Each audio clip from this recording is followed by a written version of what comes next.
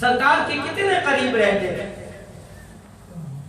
کہ پڑوسی تھے، صرف دیوار کا فاصلہ تھا، لیکن وہ سرکار سے کتنے دور تھے.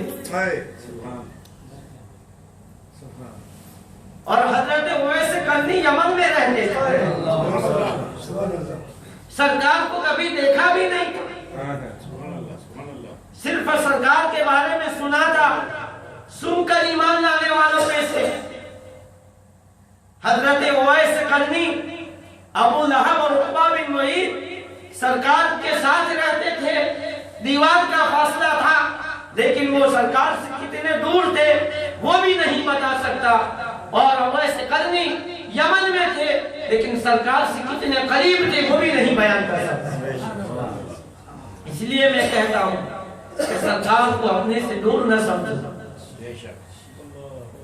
النبی اولیٰ بالمؤمنین من انفسہم، نبی مومنوں کی شہ رگ سے بھی زیادہ قریب ہے. یہ شہ رگ یہ ہے جس کا کنیکٹ اس کے ساتھ ہے کہ اگر یہاں بندے کو لگ جائے تو بندے کی موت واقع ہو جائے. یہ شہ رگ ہے، کان کے پاس سے جو گزرتی ہے. تو فرمایا کہ النبی اولیٰ بالمؤمنین من انفسہم، نبی مومنوں سے ان کی جانوں سے زیادہ قریب ہے، شہ رگ سے زیادہ قریب ہے. تو نبی کو اپنے سے دور نہ سمجھو. اگر دور سمجھو گے تو رسول کی رحمتوں سے محروم رہ جاؤ. وَلَوْ أَنَّهُمْ إِذْ ظَلَمُوا أَنفُسَهُمْ جَاءُوكَ، یہ ابو لہب ہے. نبی کریم صلی اللہ علیہ وسلم جب عکاظ کے بازار میں، عکاظ کی منڈی میں، یا ایھا الناس قولوا لا الہ الا اللہ تفلحوا، یا ایھا الناس قولوا لا الہ الا اللہ تفلحوا فرماتے ہیں اے لوگوں لا الہ الا اللہ پڑھو کامیاب ہو جاؤ گے. سرکار کو جب حکم دیا جاتا ہے وَأَنذِرْ عَشِيرَتَكَ الْأَقْرَبِينَ، تو گھر گھر جا کر سرکار تبلیغ فرماتے، منڈیوں میں چلے جاتے، بازار میں چلے جاتے، جہاں لوگ سودا سلب خریدتے، نبی کریم صلی اللہ علیہ وسلم وہاں جا کر کے دعوت کا کام انجام دیا کرتے تھے. تو یہ ابو لہب نبی کریم صلی اللہ علیہ وسلم کے پیچھے پیچھے چلتا، خاک اڑاتا اور کہتا کہ لوگوں یہ وہ شخص ہے جو تمہیں تمہارے باپ دادا کے دین سے نکال دے گا.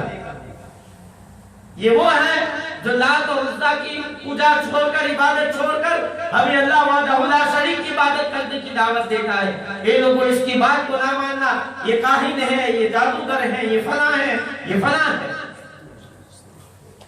اور ام جمیل جب تبت یدا ابی لہب نازل ہوتی ہے